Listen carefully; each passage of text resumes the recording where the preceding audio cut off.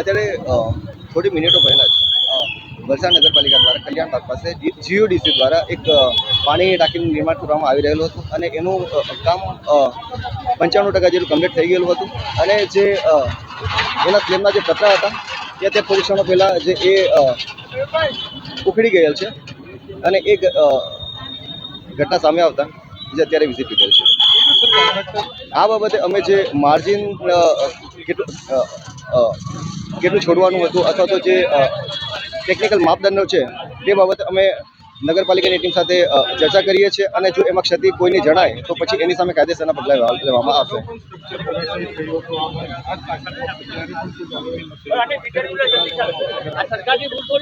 જે અગાઉ હતું તેની પણ કાર્યવાહી ચાલુ થઈ છે, તપાસ પણ થઈ ગઈ છે, રિપોર્ટ પણ સબમિટ થઈ ગયેલો છે અને ઇવન આની પણ યોગ્ય તપાસ થશે જ અને જો કોઈ ક્ષતિ જણાય તો પછી એની સામે આજે હમણાં અડધો કલાક પહેલા વલસાડના કલ્યાણબાગ ખાતે જે 30 કરોડ 54 લાખના ખર્ચે જે પાણીની ટાંકી બની રહી હતી તેનો સેન્ટિંગનો ભાગ અને થોડો સ્લેબનો ભાગ તૂટ્યો છે અને જ્યારે મેં નગરપાલિકાના પ્રમુખને ફોન કર્યો કે તમે અહીંયા હાજર કેમ નથી તો નગરપાલિકાના પ્રમુખનું એવું કહેવું હતું કે હું આવું છું અને સ્લેબ નથી પડ્યો, ખાલી થોડાક પતરા તૂટ્યા છે. તો હું નગરપાલિકાના પ્રમુખને કહેવા માંગુ અહીંયા તમે આવીને જુઓ આ પેલું સ્લેબ નથી તો શું છે.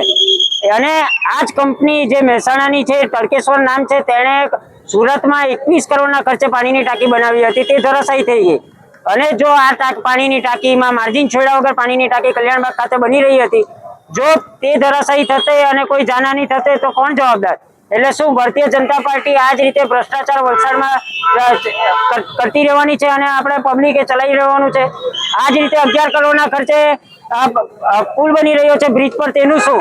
એટલે હવે વલસાડના યુવાનોને એટલી જ અપીલ છે કે જાગો જાગો, મોદી મોદી કરવાથી હવે કંઈ નથી થવાનું, રસ્તા પર ઉતરો અને આ ભારતીય જનતા પાર્ટીના ભ્રષ્ટાચાર તમે પણ ખુલ્લા પાડો, મારી સાથે જોડાઓ.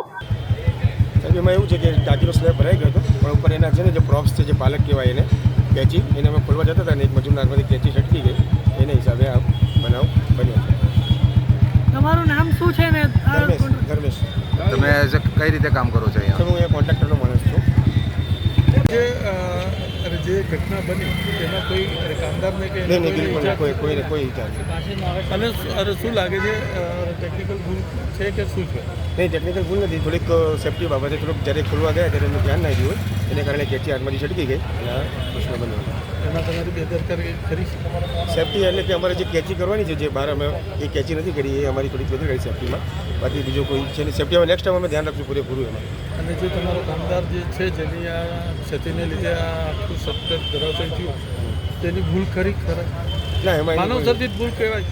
માનવસર્જિત ભૂલ ના કહેવાય સાહેબ, એ છે ને એના હાથમાં છટકી ગઈ એટલે માનવસર્જિત ભૂલ નથી સાહેબ. સુરતમાં પણ તમારી કંપની દ્વારા જ આઈડિયા ટાંકી તૂટવામાં આવી હતી, ફરી પાછું વલસાડમાં કેવી રીતનું? સાહેબ આ ક્યાં ટાંકી તૂટી છે સાહેબ? આ કેચી તૂટી છે સાહેબ. એ હમણાં જ આપણે થોડાક દિવસ અગાઉ જોયા સુરતની ઘટના ને આજે આ ફરીથી વલસાડમાં જે થયું સેમ એ જ કોન્ટ્રાક્ટર, ભાજપની સરકાર આ જ કંપનીને કોન્ટ્રાક્ટ આપીને શું વલસાડની જનતાને મારવાનો ઈરાદો કરી રહ્યા છે?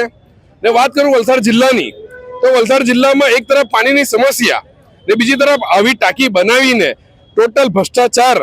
એટલે ક્યાં સુધી આ સરકાર દેશની જનતાને, વલસાડની જનતાને લૂંટવાનું કામ કરી રહી છે?